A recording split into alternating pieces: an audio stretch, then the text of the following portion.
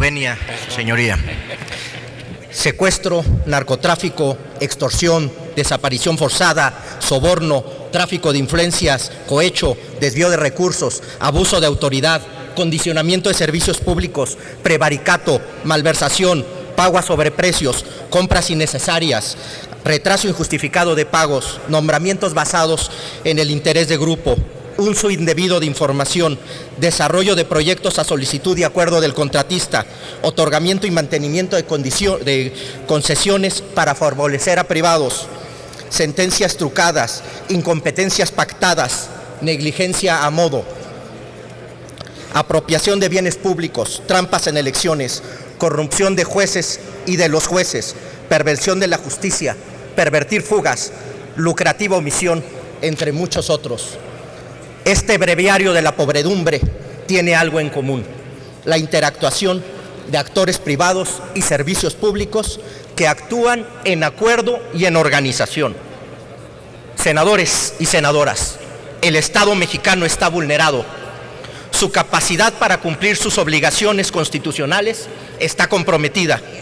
No puede retener delincuentes de alta peligrosidad, ni garantizar el cumplimiento generalizado de los derechos humanos o la seguridad de los ciudadanos o las actividades económicas reservadas para la nación que hoy están dominadas por grupos delincuenciales. México está enfermo de corrupción e impunidad. Parece un elemento omnipresente en la vida cotidiana. Desde la gestión de recursos básicos o apoyos sociales hasta los contratos multimillonarios que celebran los gobiernos, hasta el sistema financiero que han servido en muchos casos para lavar el dinero. La gravedad del fenómeno es tal que, como señala María Amparo Casar, el problema alcanza el nivel de norma social, de una creencia compartida de que usar el cargo público para beneficiarse a sí mismo, a los familiares, a los amigos, es un comportamiento generalizado, esperado y tolerado de una conducta individual. Estos actos de corrupción no son realizados por actores aislados, se desarrollan sobre la base de redes de corrupción que constituyen una industria integrada, que cubre desde la planeación, la operación, el manejo financiero, el blindaje jurídico, hasta la cobertura política, y la ingeniería de la corrupción es compleja, sólida y funcional. La corrupción se potencia por la interacción de dos vectores: el uso del imperio del Estado para la lucha y conservación del poder y la apropiación de los bienes públicos para la generación de condiciones ventajosas para los negocios. Estas redes de corrupción vulneran el Estado de Derecho, la democracia y el libre mercado. La potencia del Estado está en la capacidad de salvaguardar el interés público, limitar los intereses particulares o de grupo frente a los públicos y estatales. El aparato actual para combatir la corrupción alimenta la impunidad y es funcional únicamente al corrupto. De un Estado sin potencia para enfrentar la corrupción, solo podrá resultar la nación de privilegiados y tierras baldías, un Estado de bandoleros. Es necesario pensar una estrategia diferente. El esfuerzo que realiza el Estado para combatir al narcotráfico en una estrategia prohibicionista y militar cuesta vida y dolor, y ha hecho que el gasto en seguridad en México esté entre los 10 más altos del mundo. Dicho sea de paso, es el único país de este grupo que no cuenta con armas nucleares, ni portaaviones, ni un conflicto exterior inminente. Para lo concreto, las sentencias definitivas en delitos contra la salud en lo que va del año prácticamente son nulas. Para ilustrar el tamaño del problema, debemos decir que todos los recursos del narcotráfico caben en un solo segmento de la industria de la corrupción. El combustible que alimenta el narcotráfico es la complicidad, la corrupción y la impunidad. Frente a estas dos realidades, el esfuerzo contra la corrupción es prácticamente inexistente. Presento la evidencia. A principios del 2015, el 60% de los mexicanos percibía el aumento en la corrupción, mientras que el 36% lo consideraba el principal problema del país. La presencia de las redes de corrupción y las prácticas de impunidad generan desconfianza de la ciudadanía hacia quienes son responsables de sancionar los actos de los corruptos.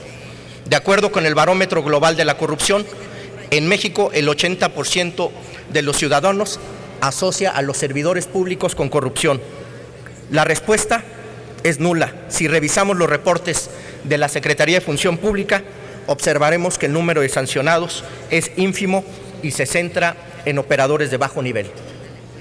Pero esto es por la falta de decisión y la tolerancia, pero también por un enfoque equivocado.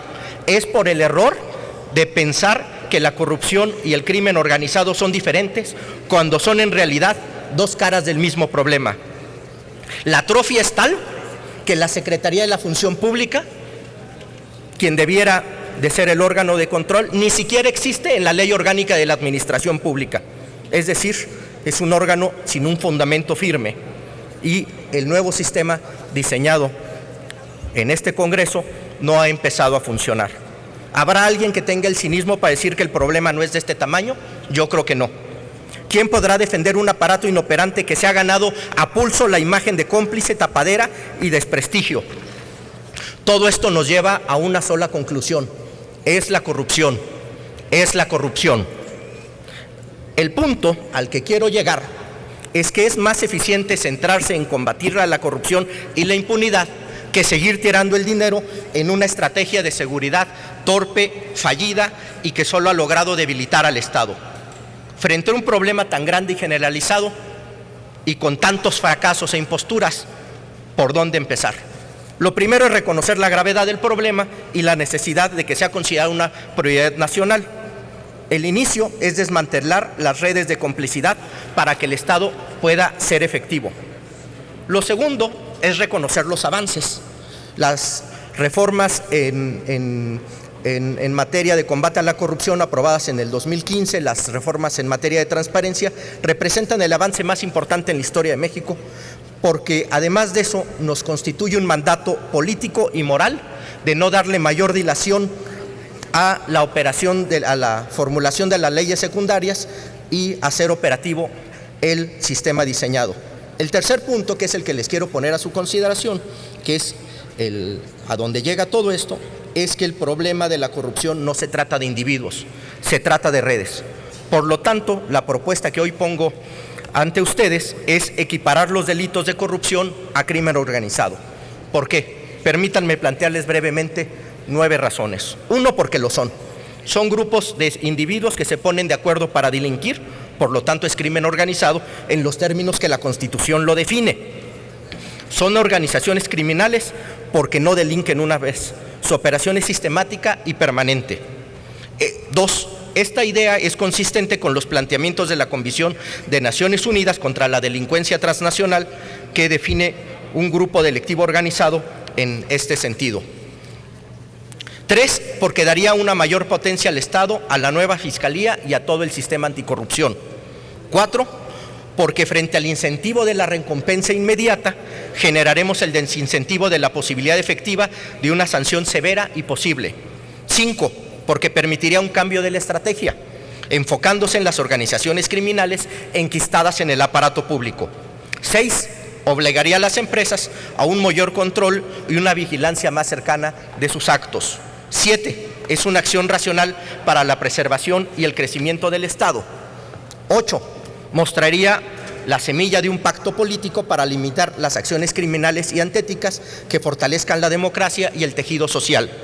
9, ¿por qué no hacerlo? ¿Por qué negar la realidad? ¿Por qué apostar a una lógica fallida? ¿Y qué otra alternativa hay para atacar a las redes de corrupción? Quiero apuntar que la medida es conveniente, pertinente y armónica con el sistema jurídico mexicano. Al considerar los actos de corrupción como crimen organizado, se podrían atacar redes de corrupción y no solo hechos aislados. La forma de hacerlo es muy sencilla. Consiste en reformar los artículos 164 y 122 del Código Penal Federal y adicionar una fracción séptima al artículo 2 de la Ley Federal contra la Delincuencia Organizada. Esta reforma daría mayor potencia a las instituciones y constituiría un desincentivo importante para la comisión de estos delitos. Acoto, esta medida no resuelve el problema, no resuelve tampoco la falta de valentía ni la falta de voluntad política para enfrentarlo, pero sí ataca una de las aristas más dolorosas. Esta es la primera de un paquete de medidas que la fracción del PRD presentará para combatir a la corrupción y fortalecer al Estado. Termino presidente, no sin antes agradecer el apoyo y el compromiso de los senadores Benjamín Robles, Zoe Robledo, Rabindranath Salazar y en particular de don Ernesto Gándara. López Velarde escribió en su sublime Suave Patria que era impecable y diamantina, pero hoy la patria está maculada, sucia y obscura por la mugre de la corrupción y la impunidad que generan las redes de corrupción. Señorías, no hay para dónde hacerse. Depende de nosotros, aquí y ahora, darle lustre a la patria. Estoy seguro que con su apoyo podemos, parafraseando al maestro Sabina, hacer que ser corrupto no sea tan barato y que ser honesto valga la pena. Es cuanto, presidente. Túrnese a las comisiones.